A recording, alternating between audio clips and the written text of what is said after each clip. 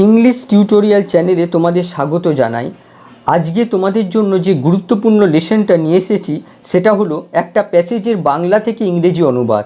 এটা শুধুমাত্র অনুবাদের ক্লাস নয়, প্রতিটা লাইনকে কিভাবে সাজাতে হয় সেটা তোমাদেরকে এক্সপ্লেন করব। আশা করি তোমরা মনোযোগ দিয়ে শেষ পর্যন্ত দেখবে।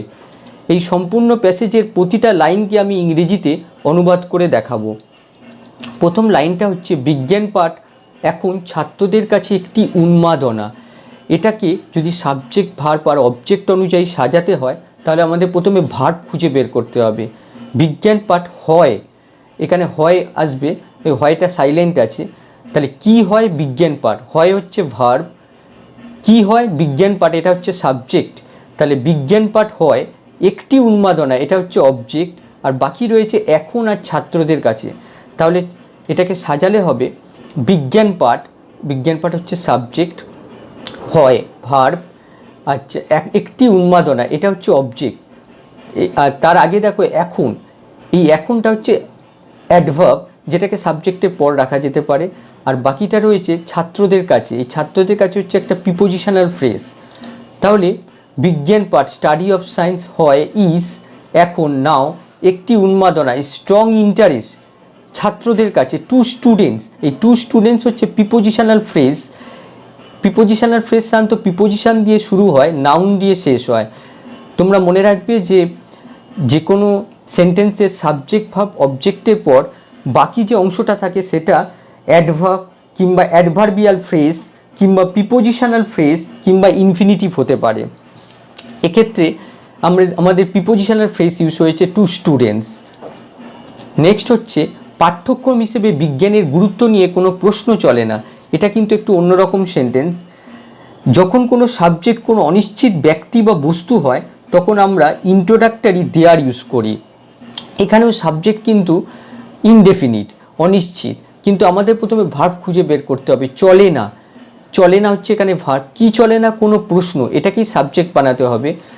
আচ্ছা, এখানে তাহলে সেন্টেন্সটা সাজালে হবে, কোনো প্রশ্ন চলে না বিজ্ঞানের গুরুত্ব নিয়ে পাঠ্যক্রম হিসেবে। তাহলে এই ইন্ট্রোডাক্টরি দেয়ারে কিন্তু কোনো অর্থ হয় না। তাহলে কোনো প্রশ্ন চলে না, ইজ নো কোয়েশ্চেন, বিজ্ঞানের গুরুত্ব নিয়ে, about the importance of science, বিজ্ঞানের, তার জন্য অফ সায়েন্স দেওয়া হয়েছে, পাঠ্যক্রম হিসেবে। তোমাকে লিখতে হবে হিসেবে পাঠ্যক্রম, তাহলে অ্যাজ এ কারিকুলাম। বিজ্ঞান পাঠের সুবিধা ও সম্ভাবনা অনেক। এক্ষেত্রে সাবজেক্ট কিন্তু ইনডেফিনিট, তাই ইন্ট্রোডাক্টরি দেয়ার ইউজ করা হবে। কিন্তু তার আগে আমাদের ভার্ব খুঁজে বের করতে হবে। বিজ্ঞান পাঠের আছে, এক্ষেত্রেও আছে কিন্তু সাইলেন্ট আছে, সুবিধা ও সম্ভাবনা অনেক। তাহলে সেন্টেন্সটা হবে, আছে অনেক সুযোগ সম্ভাবনা বিজ্ঞান পাঠের। ইন্ট্রোডাক্টরি দেয়ারের কোনো অর্থ হয় না, আছে আর অনেক সুযোগ সম্ভাবনা, মেনি বেনিফিটস অ্যান্ড পসিবিলিটি, এটা কি সাবজেক্ট ভেবে নিতে হবে। এটা যদি সাবজেক্ট হয়, দেখো এই সাবজেক্টটা প্লুরাল আছে তার জন্য কিন্তু এটা আর হলো। যদি এটা সিঙ্গুলার হতো তাহলে কিন্তু এখানে ইস হতো। তাহলে there are many benefits and possibilities, বিজ্ঞান পাঠের, এর যুক্ত আছে, সুতরাং এর মানে অফ, তারপরে দিতে হবে বিজ্ঞান পাঠ, স্টাডি অফ সায়েন্স। তারপরে হচ্ছে, বিজ্ঞান পাঠ এখন এত জনপ্রিয় যে অধিকাংশ ছাত্র তার অভিভাবকরা একেই জীবনের চরম লক্ষ্য বলে মনে করে। এটা একটা বড় সেন্টেন্স। এই সেন্টেন্সটাকে যদি আমরা দুটো পার্টে ভাগ করে নিই তাহলে কিন্তু অনুবাদ অনেক সহজ হয়ে যাবে। প্রথম সেন্টেন্সটা হতে পারে, বিজ্ঞান পাঠ হয়, হয় এখানে সাইলেন্ট আছে, জনপ্রিয়, এটা সাবজেক্ট ভার্ব অবজেক্ট হবে। তারপরে যে হচ্ছে কনজাংশন, তারপরে আবার একটা নতুন সেন্টেন্স শুরু হবে, অধিকাংশ ছাত্র তার অভিভাবকরা মনে করে একে মানে বিজ্ঞান পাঠকে জীবনের চরম লক্ষ্য বলে। তাহলে এইভাবে সাজাতে হবে। এই যে কনজাংশনের কাজ হচ্ছে এই দুটো সেন্টেন্সকে যুক্ত করা। তাহলে বিজ্ঞান পাঠ এটা হচ্ছে সাবজেক্ট, হয় হচ্ছে ভার্ব, এত জনপ্রিয় এটা অবজেক্ট, যদিও এটা অবজেক্ট নয়, ইংরেজিতে এটাকে বলা হয় কমপ্লিমেন্ট। এটাকে আমরা যদি অবজেক্টই ধরে নিই তাহলে হবে বিজ্ঞান পাঠ জনপ্রিয়, এটা একটা সেন্টেন্স। তারপরে এখন, এটা অ্যাডভার্ব যেটা সাবজেক্ট ভার্ব অবজেক্টের পর রাখা যায়। জি, এটা হচ্ছে কনজাংশন, কনজাংশনের পর আবার একটা নতুন সেন্টেন্স শুরু হয়েছে যার সাবজেক্ট হচ্ছে অধিকাংশ ছাত্র তার অভিভাবকরা বিবেচনা করে, এটা ভার্ব। এটা মানে বিজ্ঞান পাঠ, আর বাকিটা হচ্ছে জীবনের চরম লক্ষ্য বলে। তাহলে বিজ্ঞান পাঠ স্টাডি অফ সায়েন্স হয় ইজ এত জনপ্রিয়, সো পপুলার নাও এখন, তাহলে এটা একটা সেন্টেন্স হয়ে গেল। তারপরে দ্যাট কনজাংশন বসেছে, তারপরেই আবার একটা নতুন সেন্টেন্স আরম্ভ হয়েছে, অধিকাংশ ছাত্র তার অভিভাবকরা। তাহলে এখানে মোর হবে না, এটা ভুল আছে, মোস্ট হবে। Most student and their parents বিবেচনা করে ভার্ব কনসিডার এটা অবজেক্ট ইট জীবনের চরম লক্ষ্য বলে। তাহলে তোমাদের শুরু হবে বলে চরম লক্ষ্য জীবনের, তাহলে বলে টু বি মানে বলে, চরম লক্ষ্য এক্সট্রিম গোল জীবনের অফ লাইফ। বিজ্ঞান পাঠের সুযোগ না পেলে জীবন অর্থহীন মনে করে। এই সেন্টেন্সটা শুরু হবে, আগে দেখতে হবে ভার্ব কোনটা, মনে করে, কি মনে করে, জীবন অর্থহীন। তাহলে জীবন আর অর্থহীন হচ্ছে সমার্থক, এখানে দেখানো হয়েছে, অর্থাৎ জীবন হচ্ছে সাবজেক্ট আর অর্থহীন হচ্ছে সাবজেক্ট কমপ্লিমেন্ট। তাহলে এটা হবে জীবন মনে করে অর্থহীন যদি একজন বিজ্ঞান পাঠের সুযোগ না পায়। এইভাবে সেন্টেন্সটাকে সাজাতে হবে। তাহলে জীবন অর্থহীন মনে করে যদি একজন বিজ্ঞান পাঠের সুযোগ না পায়। তাহলে জীবন এখানে সাবজেক্ট লাইফ, মনে করে ভার্ব, সিমস অর্থহীন মিনিংলেস এটা অবজেক্ট। তাহলে ইফ দিয়ে যে কোনো সেন্টেন্স, ইফ হচ্ছে এখানে কনজাংশনে কাজ করছে, তাহলে এটা একটা সেন্টেন্স হয়ে গেল। এই কনজাংশন দেওয়া হয়েছে, তার মানে একটা নতুন সেন্টেন্স শুরু হবে যার সাবজেক্ট হচ্ছে ওয়ান, একজন, না পায় না, তাহলে ডাজ নট গেট, কি পায় না, এ চান্স সুযোগ, এটা হচ্ছে অবজেক্ট। বিজ্ঞান পাঠের বাকিটা ইনফিনিটিভ, টু স্টাডি সায়েন্স। তারপরে হচ্ছে উচ্চ মাধ্যমিক স্তরে বিজ্ঞান পাঠ করলে তবেই ডাক্তারি বা ইঞ্জিনিয়ারিং পড়ার জন্য পরীক্ষা দেওয়ার যোগ্য বলে বিবেচিত হয়। এক্ষেত্রে আমরা কিন্তু সাবজেক্ট খুঁজে পাচ্ছি না, সেজন্য আমাদের তুমি এই সাবজেক্টটা আমাদের বসিয়ে নিতে হবে। তুমি যদি বিজ্ঞান পাঠ করো উচ্চ মাধ্যমিক স্তরে, এইভাবে সাজাতে হবে।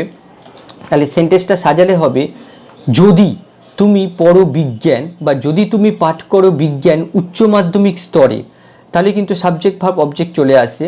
আর যদি এখানে কনজাংশনে কাজ করছে, তার জন্য আবার আরেকটা নতুন সেন্টেন্স হবে, তবেই তুমি যোগ্য হবে। তবেই এই ইংরেজিতে শান্ত তবেই কোনো মানে হবে না, তুমি যোগ্য হবে, তুমি হচ্ছে সাবজেক্ট, যোগ্য হবে হচ্ছে ভার্ব, বাকিটা হবে পরীক্ষা দেওয়ার ইঞ্জিনিয়ারিং বা ডাক্তারি পড়ার জন্য। তাহলে সেন্টেন্সটা হবে যদি ইফ তুমি পড়ো বিজ্ঞান subject verb object, you study science উচ্চ মাধ্যমিক স্তরে at the higher secondary level. এটা দেখো অ্যাট দিয়ে শুরু হচ্ছে আর লেভেল হচ্ছে নাউন, এটা হচ্ছে একটা প্রিপোজিশনাল ফ্রেজ বসেছে, কমা মানে তবেই, এখানে কনজাংশন দেওয়া আছে, তাই নতুন সেন্টেন্স শুরু হলো যার সাবজেক্ট তুমি, ইউ যোগ্য হবে, will be eligible to sit in exam পরীক্ষায় বসার জন্য, কি পড়ার জন্য, for studying engineering and medicine. এই প্রবেশিক্ষা পরীক্ষার প্রস্তুতিতে এত সময় দেয় ছাত্ররা যে দ্বাদশ শ্রেণীর পাঠ অবহেলিত হয়। এই সেন্টেন্সটাকে যদি আমরা প্রেজেন্ট পার্টিসিপল দিয়ে স্টার্ট করি তাহলে কিন্তু অনেক সহজ হয়ে যাবে। সেন্টেন্সটা হবে বেশি সময় দেওয়ায় প্রবেশিক্ষা পরীক্ষার প্রস্তুতিতে দ্বাদশ শ্রেণীর পাঠ অবহেলিত হয়। এক্ষেত্রে লক্ষ্য করে দেখো অবহেলিত হয়, এটা কিন্তু প্যাসিভে রয়েছে, প্যাসিভ সেন্টেন্স। তাহলে সেন্টেন্সটা হবে বেশি সময় দেওয়ায়, দেওয়ায় থেকে স্টার্ট হবে, দেওয়ায় গিভিং, কি বেশি সময়, সো মাচ টাইম, কিসে, প্রবেশিক্ষা পরীক্ষার প্রস্তুতিতে, in the preparation of entrance exam. এই এত বড় এটা হচ্ছে কিন্তু প্রিপোজিশনাল ফ্রেজ, যেটা প্রিপোজিশন দিয়ে শুরু হয়েছে আর নাউনে গিয়ে শেষ হয়েছে, এটা হচ্ছে প্রিপোজিশনাল ফ্রেজ। আচ্ছা ইন দ্য, তাহলে দ্বাদশ শ্রেণীর পাঠ অবহেলিত হয়, দ্বাদশ শ্রেণীর পাঠ কী হবে, লেসন্স অফ ক্লাস 12 অবহেলিত হয়, ইজ নেগলেক্টেড। এক্ষেত্রে লক্ষ্য করে দেখো আমরা ছাত্ররা কথাটা ইউজ করিনি, যেহেতু এটা প্যাসিভে রয়েছে। তোমরা এইভাবেও লিখতে পারো যে ছাত্ররা দ্বাদশ শ্রেণীর পাঠ অবহেলা করে, এভাবেও লেখা যেতে পারে। আচ্ছা এর ফলে উচ্চ মাধ্যমিক পরীক্ষায় কেউ কেউ অকৃতকার্য হয়। তাহলে দেখো এখানে অকৃতকার্য হয়, এটা হচ্ছে ভার্ব, কারা অকৃতকার্য হয়, কেউ কেউ, এটা হচ্ছে সাবজেক্ট। তাহলে সাজালে হবে এর ফলে কেউ কেউ অকৃতকার্য হয় বাকিটা হবে উচ্চ মাধ্যমিক পরীক্ষায়। এক্ষেত্রে লক্ষ্য করে দেখো কেউ কেউ হচ্ছে সাবজেক্ট, অকৃতকার্য হয় হচ্ছে ভার্ব, কিন্তু এটা ইন্ট্রানজিটিভ ভার্ব, তার জন্য অবজেক্ট আসেনি। তাহলে এর ফলে অ্যাজ এ রেজাল্ট কেউ কেউ সাম স্টুডেন্টস অকৃতকার্য হয় ফেল উচ্চ মাধ্যমিক পরীক্ষায় in the higher secondary exams, এটাও কিন্তু প্রিপোজিশনাল ফ্রেজ, যেটা প্রিপোজিশন দিয়ে শুরু হয়েছে ইন, আর এক্সাম এটা নাউন দিয়ে শেষ হয়েছে, এটা হচ্ছে একটা প্রিপোজিশনাল ফ্রেজ। হতাশায় তারা তখন আত্মহননের পথ বেছে নেয় কখনো কখনো। এই সেন্টেন্সটার মধ্যে আমাদের প্রথমেই ভার্ব খুঁজে বের করতে হবে। বেছে নেয়, এটা হচ্ছে ভার্ব, আমাদের বেছে নেয়। এবারে কারা বেছে নেয়? তারা হচ্ছে এখানে সাবজেক্ট। কি বেছে নেয়? আত্মহননের পথ, এটা হচ্ছে অবজেক্ট। তাহলে তারা বেছে নেয় আত্মহননের পথ, সাবজেক্ট ভার্ব অবজেক্ট পেয়ে গেছি। বাকিটা রয়েছে হতাশায়, তখন, কখনো কখনো, এগুলো হচ্ছে সবই অ্যাডভার্ব। তাহলে সেন্টেন্সটা সাজালে হবে তখন কখনো কখনো তারা বেছে নেয় আত্মহননের পথ হতাশায়। তাহলে কখন, কি কারণে, এই সমস্ত থাকলে তা আমরা সাধারণত সেগুলোকে বলি অ্যাডভার্ব। কখন, তখন এবং কখনো কখনো এগুলো সব সময় বোঝাচ্ছে। কি কারণে? হতাশায়, এটাও কিন্তু অ্যাডভার্ব। তাহলে সেন্টেন্সটা সাজালে হবে তখন দেন, কখনো কখনো সামটাইমস, তারা বেছে নেয় চুজ আত্মহননের পথ দ্য পাথ অফ সুইসাইড, কি কারণে বেছে নেয়? হতাশায়, ইন ডেসপেয়ার। শিক্ষক ও অভিভাবকদের উচিত ছাত্রদের ঠিকভাবে ভাবতে শেখানো। কাদের উচিত? শিক্ষক ও অভিভাবকদের, এটা হচ্ছে সাবজেক্ট। উচিত হচ্ছে এখানে মডেল ভার্ব। মডেল ভার্বের সাধারণত একটা মেন ভার্ব লাগে, এখানে মেন ভার্ব খুঁজে বের করতে হবে। মডেল ভার্ব কখনো একা বসে না, মেন ভার্ব দরকার। এখানে ভার্ব বলতে এখানে ভাবতে আর শেখানো, এই দুটো ভার্বের মধ্যে কে মেন ভার্ব আমাদের বাঁচতে হবে।